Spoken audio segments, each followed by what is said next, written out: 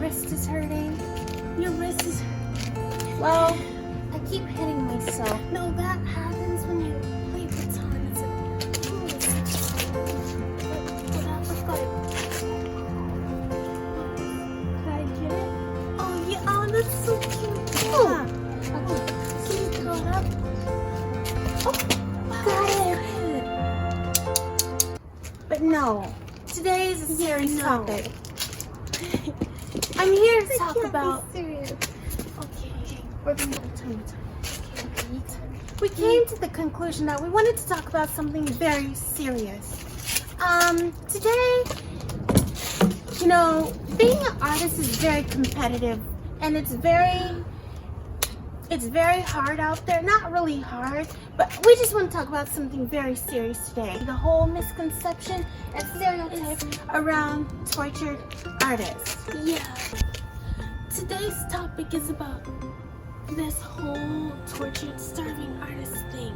And so what I want to know is that I really don't know why people, they fantasize about that a little bit. What I mean by they fantasize is like, if somebody says that they're artists and if they're going through something, it's like if people dismiss it, they're very dismissive of it, as if that's what makes them an artistic genius.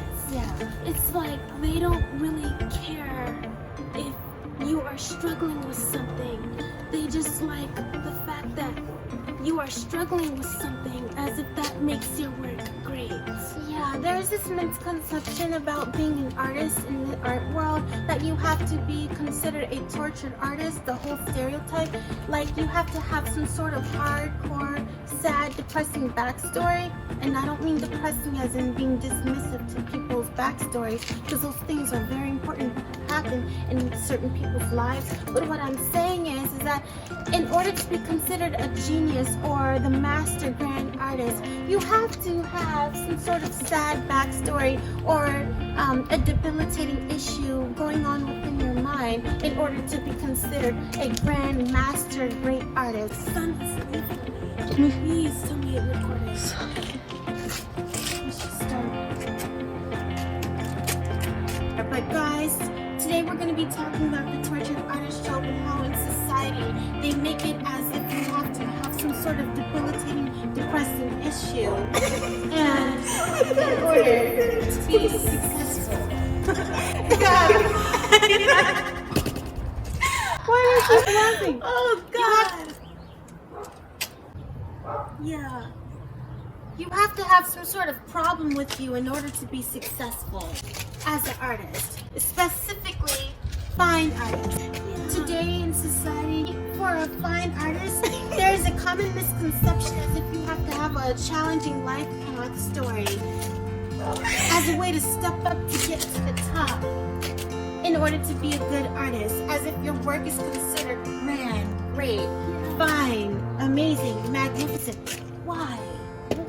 To discuss today, you have to have some sort of adversary when it comes to being an artist. When I say you have to, it's like society makes it as if or projects that onto you, like you have to be, in order to be successful or really valued or for your work to be outstanding. It's like you have to have the problem. Now I understand that some artists in the past may have had problems, and one of them was the paint was more toxic, and when you inhale that as a work, when they inhaled that as they were working, it causes like lead poisoning or blood issues or blood problems related to. We understand that because now today our paints are more healthier, non-toxic, better to be able to use. What we're specifically trying to point out is that there is this myth in society as the whole picture of what an artist, specifically fine artists, they have to have some sort of problem. I feel like we need to break that myth and we need to showcase more happiness or more love for people who actually feel that within themselves. You still can be successful if you're happy, or if you just have a normal regular life and artwork is just your passion. You don't have to necessarily be depressed in order to make a good deal in the art community world as a famous artist to succeed. Yes, and I believe that it's like no one shows artists who are happy who create things. It's kind of sad if you think about it. because it's like, why do they glorify when okay, the fact that artists are not happy. Society it's this pressure that society has on artists in a way that in order to be glorious as an artist, they technically have to have some sort of problem, and then society will then say, you are great, you are so amazing, your mind is just brilliant. Like if you have to be great, it's like if you have to have something not good in your life, or something that you're struggling with, challenging crisis, like, or a life situation that happened that's traumatizing for the individual artists out there. It's like if you have to have that struggle in order to be a grand artist, in order for you to really make it in the art world. It's really sad though, because regular people, when I say regular, I guess it's people who don't paint or draw or an artist, I'm gonna say that that's usually directed to artists. Like, it's just fine artists. It's like the whole starving artist thing. They're not gonna call you starving or tortured, but they are assuming you have some sort of traumatizing backstory if you tell them what your occupation is, that you're an artist and stuff like that. There's an airplane. In order to make it, yes. I think that we should break that myth and that stereotype, and we just need to be more accepting that there's just artists out there who are just happier. We're just living our life. Not everybody's going to draw from their sad emotions or their feelings. Some people can receive cognizant insights, prophetic visions, things that they feel within their heart that they need to just spread out to other people, maybe messages, truthful things that they want to speak out, an expression of the art form. Yes, and it creates a stereotype that people who paint, honestly, painters, fine artists, it's like it creates a stereotype that that this is what it is, like you're struggling and that's how you're an artist. That's why your work is so great. That's why you're just so creative and talented. It's like nobody accepts you if you are happy. They don't want to hear that you are happy. They want to hear if you have something traumatizing. It's kind of dismissive to the individual and their feelings and what they might be going through. It's really sad, honestly. It's really damaging because their entire well-being, you don't know if they're crying for help. It's like, and that's the only way they feel they can express it, or they're expressing their emotions through the artwork. Now, I will say it is very deep that they are communicating their feelings through their artwork, and it gives a message. They're pouring all of their love and their heart and their feelings and their emotions into this art piece. It's very beautiful. That's why I also believe that there's like an attachment to artwork, because for me, myself, in my experience, it's really hard for me to like let go of my artwork, but I know I need to give it away. Like, I know it needs to go one day. I know that. But yeah, about the whole starving artist thing and starving tortured artists, like you're tortured and and you're starving. The starving comes from, it's like they're assuming you're not having enough to help yourself out in your regular life. And you're isolated or you're antisocial. It's almost as if, when I say the they, I'm talking about people, society, the media. It's like people who are not artists or don't get the lifestyle of what it's like to be an artist. It's like they like the isolation. They like that, to hear that you're antisocial, because it makes your artwork appear more valuable. And I think that needs to break. I think that needs to dissolve. That's very dismissive. I know they don't mean to, like regular people don't mean to do that, but it's usually like a connotation. When you say it's just very dismissive of the artist who's drawing because they probably really want some help, and you never know like if they're actually happy. They're just creating something because they want to, like, or what if they're in the mood, what if they just create something because they want to? Now, for me, as in my experience, what I personally do is like I create artwork because I want to do it. Most of the time, I'm usually happy creating my artworks. So now, my twin sister are a little bit different when it comes to artwork. We both paint on canvases. Now she is. But what I'm saying is that our mom likes to tell us that my artwork is different from hers, but she likes to tell me, and I love this so much, that when I paint, I have one of my hands in the universe, and one of my hands just like in reality, in the real world. And it's like, she says I dimensions and beautiful galaxies, and it's just like, I feel like that's amazing. Is we just wanted to basically say how you can just be more positive. Like, you can draw from your feelings. It's called an artist for a reason. You can do whatever you want. It doesn't matter about anything about that. But yes, you can draw from your feelings. If you're feeling sad, draw when you're sad. If you're happy, draw when you're happy. Do whatever you like. It's just there's this escaping either. I just wish that the whole tortured artist trope would just go away, because they glorify that. It's called a tortured artist. They even it's like the society likes to say that to make your artwork appear more magnificent or valuable, or grand, or it should be up the price. And it's also glorified in posthumous artists who are off the earth right now. It's like their artwork skyrockets because of their life story in a way, and it's really sad. Why can't it get higher and they're happy? But it's Anyways, I feel like there's a relatability. I guess why people like to hear the backstories of artists. There's this relatability that some people feel and understand. So we can see enough. Or it's just the idolization of them being so talented and they have a backstory. It's like, wow. Oh, the sadness. Yeah, it's like a wow factor. I can see why they say that, but that's damaging. Jeez. Oh wait. Anyway, baton break. Wait, I want to talk when I see this. It's damaging because it's like, what if they're crying out for help? Yeah. They really probably want some help, and it's just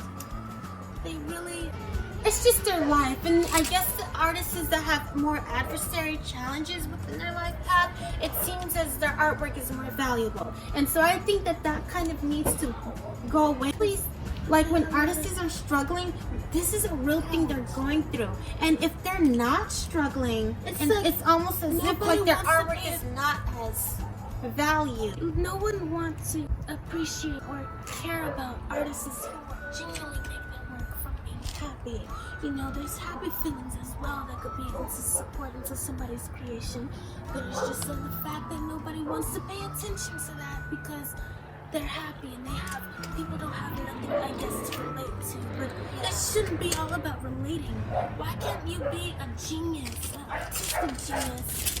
And why can't you be an artistic genius and just work out of pure bliss?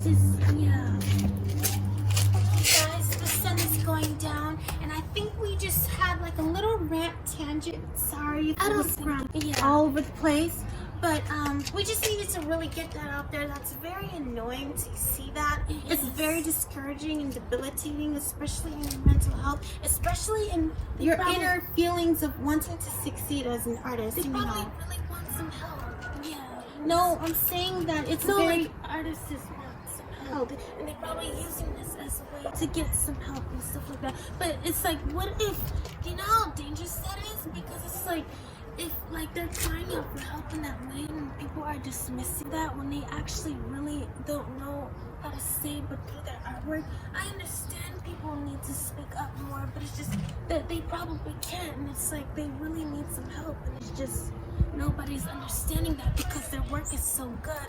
It's like almost like if I want you to stay like that. It's this mysterious vibe as well that comes from, I'm talking about artists like Vincent van Gogh, Pablo Picasso, Leonardo da Vinci. He was also a scientist, but it's like there's this mysterious aura energy that comes within being a quote tortured artist that people glamorize, and I think that's not healthy at all.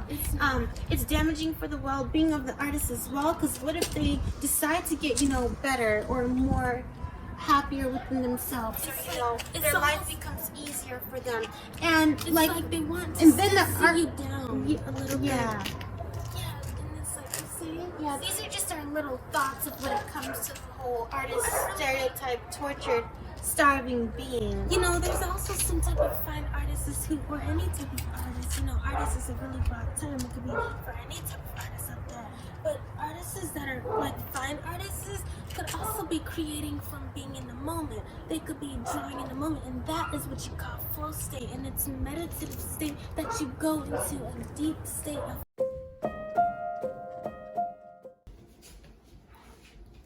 Guys, we we just wanted to quickly end the video at this point because unfortunately our camera, the phone, it cut off without us knowing, and so we just wanted to say thank you guys for watching this video. Yes, please like this video. Give this video a like if you are an artist, if you just like art, if you appreciate life, If you appreciate artwork, if you just like living. Please give this video a thumbs up. it's very much appreciated. And We are the Denley Twins. yes, we are. And so, Again, I'm Nini. I'm Nikki, and we are the Denley Twins. Does that count? We keep jinxing it, but it's okay. Guys, thank you. Please subscribe to our Yes. Please subscribe to our YouTube channel so we can It will really keep help producing. Yes, we really love you guys' support. It really means the world to us, It genuinely. matters a lot. Thank you guys so much for all your support and It means a love. lot to us. Yes, so please subscribe to this YouTube channel, the Denley Twins, and we'll keep producing more content and We'll keep you videos posted for another video. next week. Okay, bye.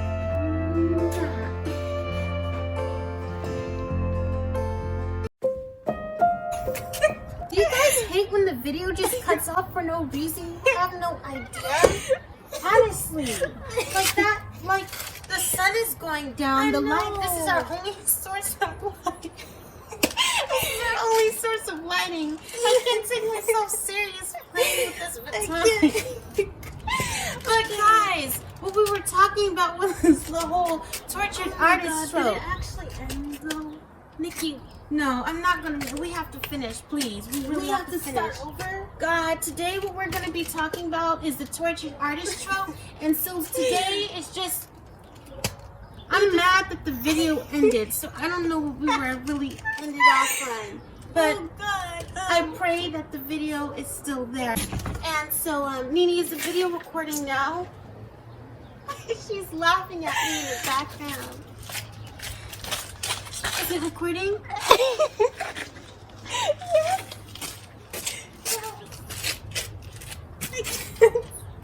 I can't take it seriously.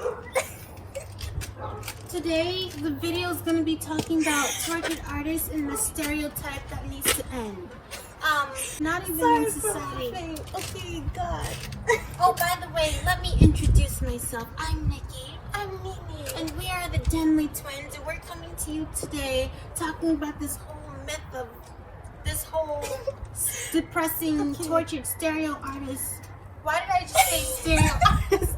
Stereotype of tortured artists and how the trope needs to die off. So, Starving artist type of thing. In order to be considered great or grand as an artist, you have to successful. that too. You have to have some sort of Challenging problem, or some sort of mental illness, or some sort of depression, or battles to be within your good mind. in the art community. You have to be have good or successful. I'm sorry. No, it's okay. No, I'm listening to you. God. I was talking about. No, it's okay. Wait. It's about the whole